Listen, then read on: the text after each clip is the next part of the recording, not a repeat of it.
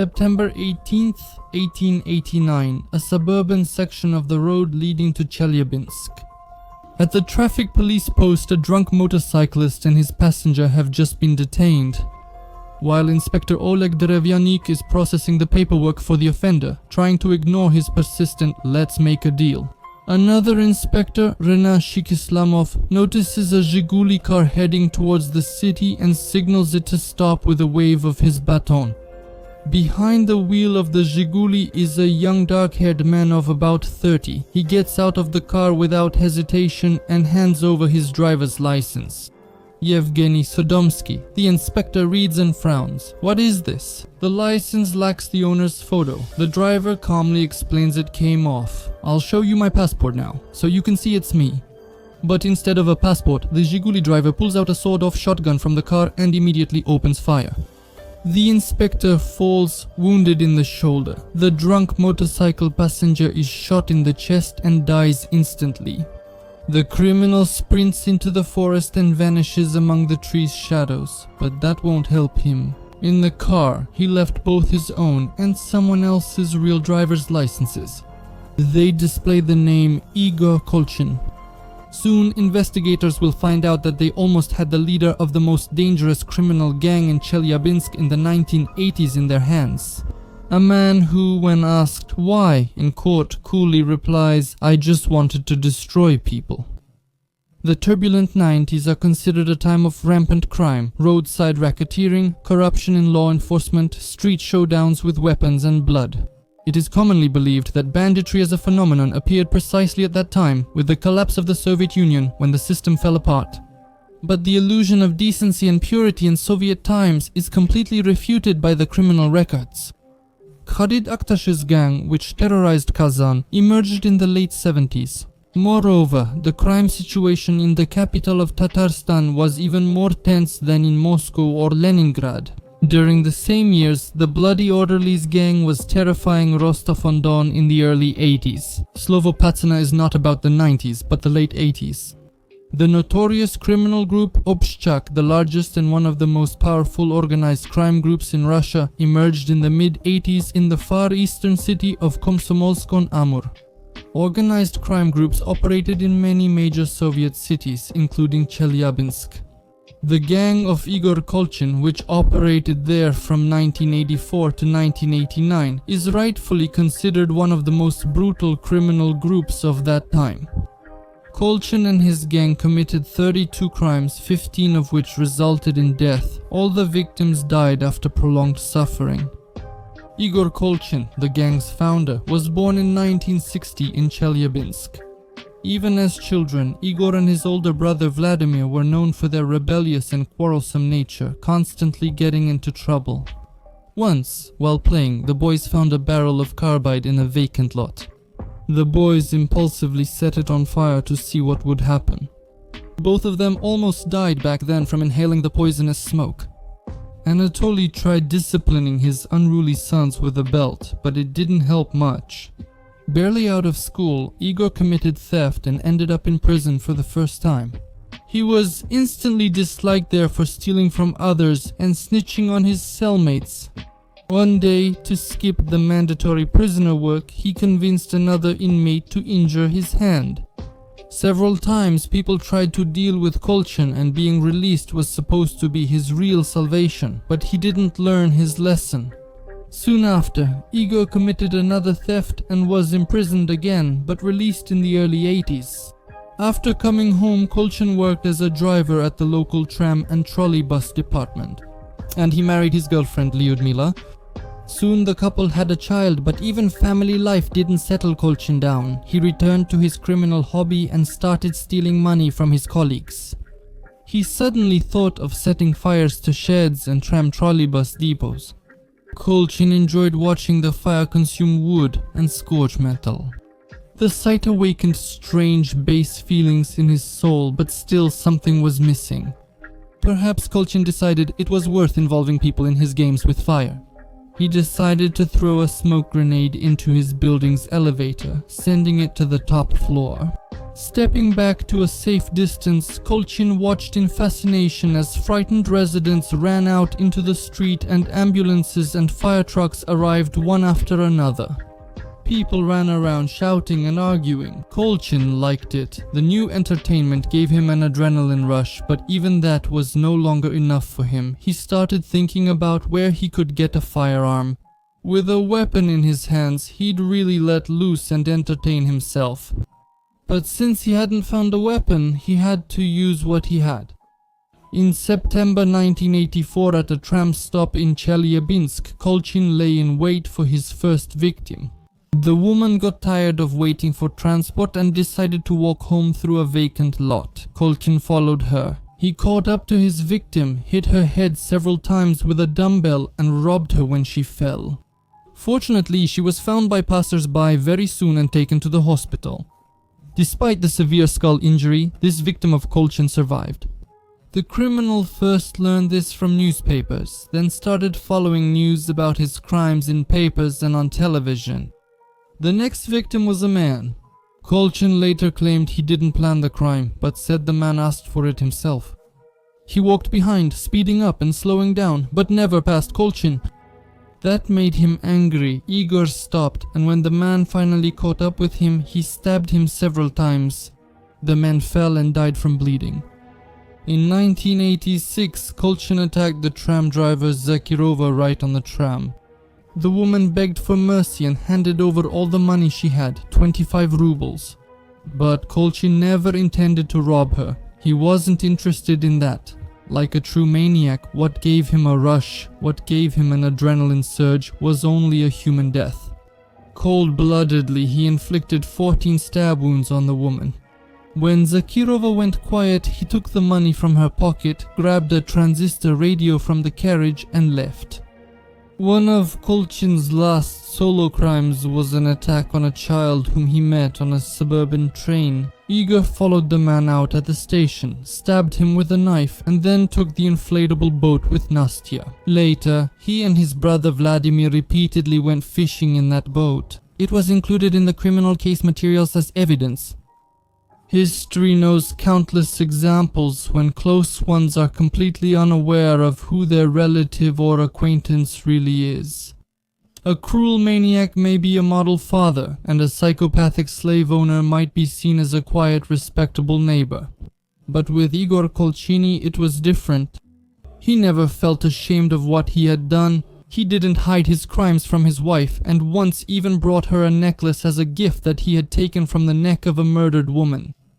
When Lyudmila, shocked, doubted her husband, Kolchin showed her a newspaper clipping about the discovered corpse.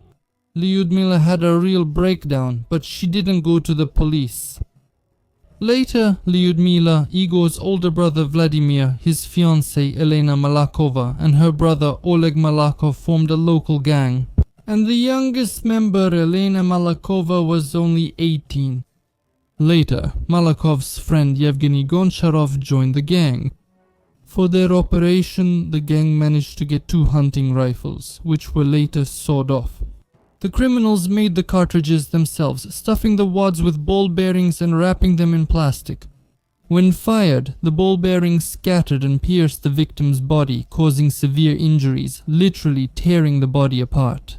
As a result, identifying many of Kolchin's victims will be difficult. By that time, Igor was working as a driver for a cooperative taxi, and this allowed him to easily find his next victim. After spotting a well-dressed passenger, Kolchin would offer taxi services for a relatively small fee. The unsuspecting victim would be taken to a deserted place where Vladimir Kolchin and Oleg Malakov were already waiting. The 3 men would assault the victim with brass knuckles, stab them and hack them with an axe. Sometimes they abused women. After tormenting the victim, they would finish them off, tie them to a tree, blindfold them, and then either shoot them at point-blank range or burn them alive. Sometimes the bandits would pretend to show mercy, let the victim go, and say they had decided to spare their life. While the person, weakened from pain and blood loss, struggled to get up and limped away, Kolchin would watch him and smile, then raise his sawed-off shotgun and shoot the victim in the back. The bandits often took the victims' clothes, leaving the dead almost in just their underwear, and didn't even shy away from taking handkerchiefs, dividing up the loot among themselves. At home, Igor's wife Lyudmila and Elena washed blood from the clothes to sell them to a thrift shop and resold the valuables. Some items were later found with Lyudmila's friends, as she sold them to her people at a lower price. Taxi drivers also became victims of the Kolchinsky gang. After dealing with another driver, Igor would paste his own photo into the driver's license and drive his victim's car for a while. In the end, the car was either dismantled for parts and sold or destroyed. The sight of the victim's suffering gave Igor Kolchin indescribable pleasure. That's why he always delayed the end and never showed mercy. He was fascinated by watching people's reactions to pain, and he enjoyed listening to women and men cry and beg for mercy. Death ended the suffering, ended the entertainment. Kolchin wanted to squeeze everything he could out of his victims before sending them to the next world. Kolchin explained his thirst for blood to his wife like this: "If I was born in the year of the rat, it means I should constantly steal. If it's the month of the scorpion, it means I should deal with everything that moves." One day, the gang's victim was a taxi driver, Sergei Skripnikov. The criminals got him in the usual way. They got into the taxi, named the route, and already on the highway, pressed a sawed-off shotgun to the driver's back and ordered him to turn off the road into the nearest forest. Skripnikov was attacked with brass knuckles and stabbed. Kolchin shot the man several times with both barrels, but he was surprisingly tough and brave. Even while dying and bleeding, he mocked the bandits. "I shot him about 12 times, I couldn't have missed. I even started to get curious about it," Kolchin said later. In the end, the man died after all. Kolchin found only 16 rubles in his car, but this only upset his accomplices. The gang leader himself was satisfied with the entertainment. In 1989, Kolchin's gang was spreading death left and right. On March 19th, Igor robbed and killed a woman visiting Chelyabinsk on business. With his brother Vladimir, he took the body to a nearby summer house cooperative, placed it in the first bathhouse and set it on fire. On April 14th, Vladimir and Igor got into a taxi and asked the driver to take them to the Rossiya State Farm. When the car reached a deserted road, Kolchin pulled out a sawed-off shotgun and demanded money from the driver. After that, they dealt with the man the same way they did with the others. On June 14th and 16th, Kolchin hunted alone. Vladimir didn't like his brother's cruelty. He was disgusted and afraid, so Igor decided to do the job himself this time. His victims were 2 taxi drivers. He tied one of them to a tree and tortured him before killing him, satisfying his passion for torment. He left him there, tied to the tree. And closer to the end of June, the whole gang, together, came across a Moskvich car on the side of the Chelyabinsk-Sverdlovsk highway, where an unsuspecting man was sleeping inside. It was a stroke of luck. Kolchin quickly grabbed his sawed-off shotgun and shot the sleeping man. The man was wounded but still alive when he was dragged out of the car. Kolchin ended his suffering with a shot to the head. A few days later, the gang found new victims. This time, they were 2 women who had come to Chelyabinsk from Frunze to visit. The women carried gifts, caviar, pate, chervelat for their relatives. The gang took everything. That day, there was a real feast at the Kolchiny house. Neither Igor nor the other gang members needed money. Kolchin didn't earn much as a taxi driver, but together with his wife's income, it was enough to get by. He committed crimes purely out of a desire for blood and suffering. At the trial, all his accomplices claimed they feared Igor and simply followed his orders. None of them wanted to share the fate of their leader's victims who were tied to trees. By early autumn 1989, reports of the brutal crimes had reached Moscow from Chelyabinsk. The bodies were found one after another, disfigured by point-blank gunshots, beaten and stabbed with a knife, stripped almost naked. The forensic exam found some people were shot from different sides at nearly the same time with 2 sawed-off shotguns. This meant that there were at least 2 criminals. An armed gang of thugs was roaming around Chelyabinsk, and they needed to be stopped immediately. The Ministry of Internal Affairs and the Prosecutor's Office of the Union of Soviet Socialist Republics took over the case, and by September, nearly all of Chelyabinsk's police were searching for the gangsters. Measures were taken to protect potential victims. The roofs of taxi cars in Chelyabinsk began to be covered with special fluorescent paint so that they could be seen from the air. Additional patrols were constantly on duty on the road, and inspectors were instructed to check absolutely every vehicle passing along the highway. With such unprecedented measures, the bandits were bound to be caught eventually. Kolchin understood this, but he wasn't going to stop. He couldn't anymore. On the contrary, he started suggesting to his accomplices a sort of tour around the region, to travel, to shoot for loot, to hunt drivers. When no one agreed, Igor was very upset. Evgeny Goncharov, who joined the gang later than everyone else, also understood that things were getting dangerous. For such crimes, he was facing the highest penalty, and the possibility of the death penalty suddenly became terrifyingly real. Goncharov chose to leave the gang by committing a minor crime, with hooliganism being the easiest option. One day, a call came into the control room of one of the Chelyabinsk police stations. An anxious voice reported that a drunk guy was walking down the street with a sawed-off shotgun and threatening passers-by. It was Goncharov. He was quickly detained and taken to a detention center without resistance. The detectives checked the sawed-off shotgun the guy was carrying, but it had nothing to do with the ones used in the shootings of the victims. Kolchin was angry about Zhenya's desertion, but there was nothing he could do. Goncharov wasn't the first warning sign. For several months, discontent had been brewing in the gang. The elder brother and Igor's main accomplice had started showing defiance more and more often. He refused to go on hunts and snapped back at orders. The leader's cruelty was too much for him. Igor growled at his brother and forced him to go on jobs with threats, but the gang was on the verge of splitting up. Goncharov's escape only made things worse. September 18, 1889. Traffic Inspector Sheikh Islamov stopped the taxi Igor was in. The car belonged to Yevgeny Sodomsky, Kolchin's latest victim who died yesterday. Igor got caught because of a loose photograph and ran away, but he left his driver's license in the car's glove compartment. The gang's end was inevitable. Igor Kolchin was wanted, and investigators began by questioning his family. At first, Vladimir pretended to have nothing to do with his brother's affairs. He claimed he didn't know anything and that he wasn't very close to Igor. But Lyudmila Kolchina couldn't hide her husband's crimes for long. The terrible secret she had kept inside for so long was bursting to come out. Already in the detention center, Lyudmila confessed everything to her cellmate, and on the second day she wrote a full confession in which she told everything.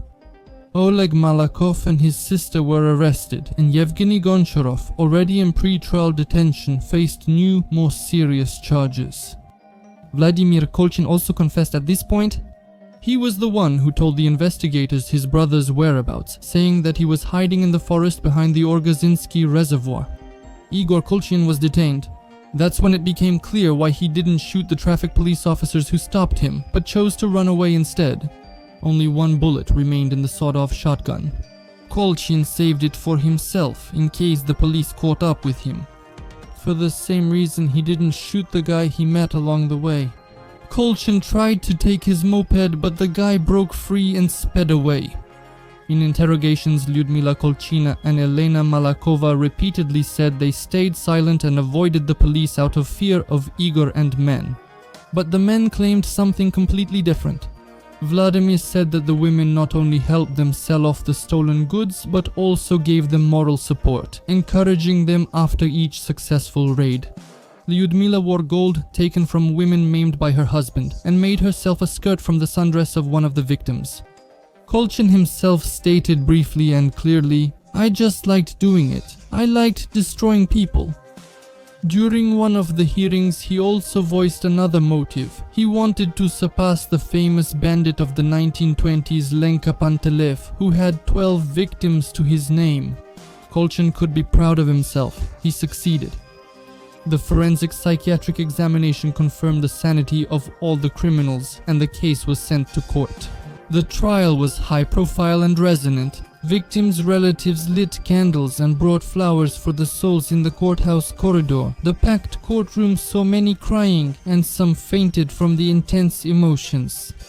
When one of the witnesses recognized his deceased wife's handkerchiefs among the items taken from Kolchin's house, those present were ready to tear the defendants apart. Igor's first victim, whose head he smashed with dumbbells, also testified at the trial. Kolchin listened to her passionate speech calmly and had no intention of apologizing. Understanding that such crimes warranted the highest penalty, Igor stubbornly believed that the judges would spare him.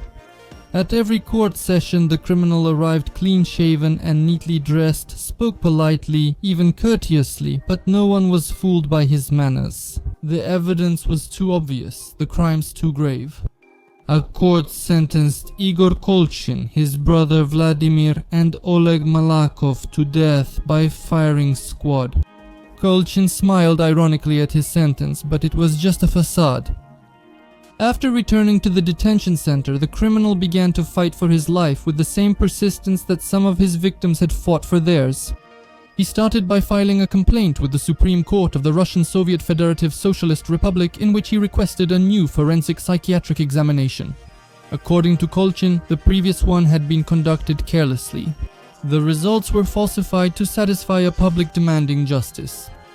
He wrote in his complaint that he considered himself half insane. Sometimes I'm unsure of my actions.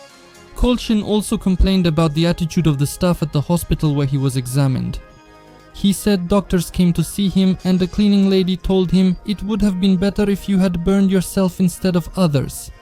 Kolchin's complaint also mentioned his aunt with schizophrenia and an incident where his brother Volodya stood on him at just 6 weeks old. He stopped breathing and they barely saved him. He also remembered his father's lady, who punished him cruelly. Kolchin argued this should have shown psychiatrists he was ill, as such traumas couldn't have left his psyche untouched. But a second examination was not scheduled. Kolchin's eloquence did not pay off. Kolchin then filed a second complaint demanding a new examination and threatening a hunger strike. "They'll come for me and then I'll have to decide," he wrote mysteriously. This complaint also failed, as the court trusted the Chelyabinsk experts.